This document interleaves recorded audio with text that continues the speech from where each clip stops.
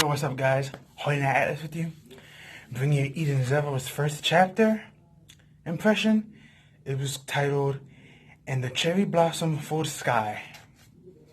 Now, for those of you that don't know, Eden Zero is Hiroshi Mashima's new work.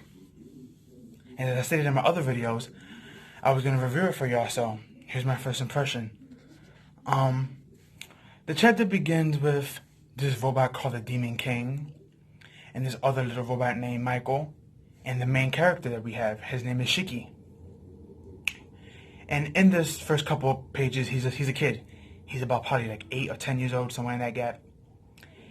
And it's a beautiful night. They're watching the stars, and he sees a shooting star. And he asks the Demon King, what is that? And the response was funny because he was like, "Oh, that's a dragon." And the kid's eyes glowed, and he was like, "Oh, wow, that's a dragon." Then the other robot, Michael, was like, "No, that's a comic." Then the Demon King started laughing, "Haha, I got you." And it was a nice moment. Then we got this speech from the Demon King saying, "Go out, leave this place one of these days and make a whole bunch of friends." And, he was giving this, the fairy tale friendship speech, go out, adventure, have fun, blah, blah, blah, when you get older. Then we got the title page and cover page. Then we fast forward at about like 10 years. And we see this young girl that looks like Lucy with, the cat ears, and Happy. Happy's name is Happy still. They haven't changed it. And the girl's name is Rebecca. But we don't get her last name. That's the funny thing. They say her name a lot, but they don't tell us the last name of Rebecca. So just keep that in mind, who she looks like in her name. And they get to this place. It's supposed to be Granville. It's supposed to be an amusement park where there's no humans, just robots, and there's an amusement park. Basically, fairy tale version of Disney, I guess you can say. And she apparently they on this thing called CatTube, or they have a CatTube channel, something like that. I guess it's their version of YouTube, where they post their videos and edit it, and it's like their version of YouTube. So she wants to come here to make a video. So she comes. She meets one of the guards. The guard freaks her out because he starts to like, "Oh, you're a visitor?" So he starts to like shake and scream, and then he takes out a horn instead of, like a trumpet horn, and started blowing on it. And all these other robots come out of nowhere, and they throw like this big parade, and she's like, what's going on? And I believe they said 100 years has passed since they had a human visitor. So, they giving her the round tour. She's taking bus rides, playing around, eating, drinking, all that good stuff.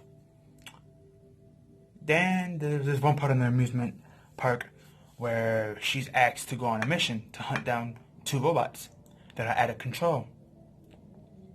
Almost like a girl mission. So she takes the flyer, she goes out and do it.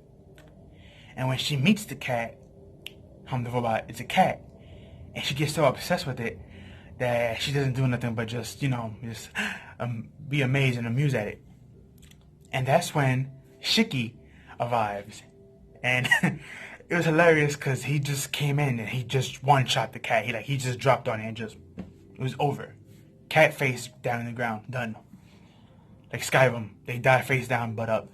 But yeah, it was funny, and it gets funny because when he sees her, he was like, "Oh, I never seen you before." He starts smiling at her. He starts playing with her face. He even grabs her boobs, and she punches him, of course. And he eats that. He just gets up and he's like, he gives her this really mean face. Then out of nowhere, he gives her like the creepiest smile. He just stretches his hands, "Be my friend." And she gets so freaked out and scared that she just punches him in the face again. And she darts out with Happy. And then it's funny because as fast as she was running, Shiki actually caught up with her and was like, "Hey, be my friend." And again, she ran away. Then she gets back into town. She gets in the dining hall or whatever. And that's when she talks to some of the robots. And she's like, "Well, why is Shiki here? This is supposed to be on a robot place, amusement park." and they tell her that, oh, he's a repairman. He actually fixes all the things in the island. So we already got his job involved in the story, somewhat, for this beginning chapter. And then after nowhere, when they say what his role is, Chicky comes through the door and say, "Oh, these are my friends." And she has this like weird expression when he says that. Maybe because they robots, he's human, but yeah, they just keep eating and drinking together. They talk a little bit. He nods out and like falls through a table and just stays asleep. Then she goes upstairs to sleep in her room. But before she goes to sleep, she's editing her video on her laptop, or space top, or whatever they call that. And she goes to sleep. Then in the next page, she wakes up and she's actually tied to a stake, her and Happy. And the whole town people were going to set her on fire until Shiki came. And he was like, "Oh, you must be affected by a virus. I need to fix y'all, blah, blah, blah." Then this other character that we get, he's also known as a king. But they just call him king. He doesn't have like a, so what type of king, like a specifying like category. They just call him king. So I guess he's a new king after the demon king. But after, he gets there, whatever, he tells them we're going to steal this girl's spaceship and we're going to leave and destroy all humans because they are enemies. They think of us as tools, as weapons, and entertainment, and they just use us and then abandon us. So we're going to get revenge on them. Well, that doesn't go well with Shiki. He was like, we can still be friends, blah, blah, blah. And he went to leave to go get his equipment box, and they jumped him. And they started stomping on him, punching on him, blah, blah, blah. Then you have Rebecca crying and screaming, saying, "You're supposed to be friends. He's been helping y'all, fixing y'all. He's been living with y'all for years while you're doing this." The very whole friendship speech thing that we see a lot in Hiro Mashima stories and other animes. And the guy was like, "Shut up or I'm gonna burn y'all alive here." And then something interesting happens. Shiki gets upset. I forgot what triggered this, but something gets upset. Yeah, when he threatens about burner, he gets really upset, and he activates this weird power that he got from the Demon King, which treated him like a grandfather, and he respects him like a grandfather and calls him grandfather. And I believe it's his right arm, I'm not sure if it's the right or left arm, is one of them, had became a magical arm. And with that magical arm, he was able to pin himself up in the air and land he didn't pin himself on the wall, but he did this uppercut, and he made everybody just pooped upwards, and they all fell up and then came down hard. And then Demon King and him exchanged some words, and then the Demon King charged him. Then at this point, this is when he took the arm and he jumped himself in the air and he pinned himself to the wall. And he was kind of like Spider-Man for that moment. He was on the wall with one arm. And then the Demon King not the Demon King, but the new King shot all these rockets at him. And he was just dodging them, running around. Then he came down and hit him with this thing called Heavy Fist. And he punches him. And during this fight, we got Happy as the narrator, stating that this power that he's using is a dark magic art that was lost years ago, and it's called Aether Gear. So I'm assuming it's a special magic that lets a part of your body become a gear, I guess. Essentially, we got the name of the power, but we ain't get the specs of it, how it works and weaknesses and stuff. But what we see from so far is that with this glove, he can manipulate gravity, which is pretty OP, because there wasn't that many gravity users in Fairy Tail. It was only 3 of them, I remember. The chick that could change her weight, the chick with the sword who's in that same guild, and Blue Note, who fought Guild Arts. Those are the only 3 characters in Fairy Tail with gravity magic. Not to mention some of the copycat characters, but I'm not counting them. And then Rave Master, which came out before Fairy Tail, which is also Heather Mashima's work. I believe there was only like one character with gravity magic. So yeah, it's really rare to see gravity magic. But when you do see a character in Heather Mashima's stories with it, it's like they like super OP characters for some odd reason. And this guy's the main character with gravity magic, so. And he one-shot the king, so. Yeah, we could tell he's gonna be powerful. Not to mention, it's supposed to be an old dark arts that was lost years ago, so. More than, I think, 1,000, something like that. So. Yeah, and then after that, the town people were gonna jump him again. He grabbed Lucy, no, not Lucy, I'm sorry. He grabbed Rebecca and the cat, Happy, and he jumped in the air. And he asked them, where's their ship at? And this is when things get interesting. Because when she told him where the ship is at, he made gravity make them fall. But instead of falling down like a normal object would because of gravity, they fell diagonal. And they went from inside the kingdom all the way to the edge where their ship was parked at. And then he told them, get on your ship, leave. I'm going to stay here and fix them. And then all of a sudden she pulled a Lucy. And she's like, nah, you're my friend now, aren't we? So, aren't we friends now? And she grabs him by the collar and she just drags him in the ship. And they blast off. And then he finds out that the ship is not really a boat ship. It's a spaceship. And this is when things just go like, it goes from like a magical adventure series to like sci-fi. Because we found out this thing is called Cosmos. And that's where they're traveling. They're traveling through space technically. And he sees his land of Granville. That it's just a big planet. Like it's like a big tree on a big land in a sphere in the sky. That's how the planets look. So I'm guessing from that they're gonna travel around, but yeah, he starts looking around, blah blah blah. He also gets to see a dragon. They show us the dragon, but the dragon doesn't look like a real dragon. It looks mechanical. Unless that's how the dragons look here. Who knows? When you get that one panel of that one dragon, it was close up, but we don't know yet. This is Heroes New Mashima new work, first chapter, so we really don't know if these dragons are going to be important or not. They most likely are, but how important is the question. But yeah, after that, he starts giving this speech about, you're my fans, thank you for everything, etc., etc. He says bye. And then it gets funny because he was like, they can't hear me, right? He's like, if I break the window? And then, she had that Lucy expression of, no. And Happy was just there, just like laughing in the background with a shock face. But, yeah, after that, he gave himself, he took over the name Greenbell from his planet. And that's his last name. So his whole name is Shiki Granbell. When it comes to Rebecca, we don't know her last name still. And Happy, we don't know if he has one or not. Or he's just going to be called Happy like the other Happy from Fairy Tail. Most likely, yeah, but we don't know yet. And then, yeah, that's about it. That was the end page, basically. Them going around traveling now. So, but yeah, this is a very unique chapter. Like, I was just like, at first I was like, okay, everything seemed Fairy Tail-ish. Because that's Heather Mashima's work. And whatever, this is supposed to be the prequel to it.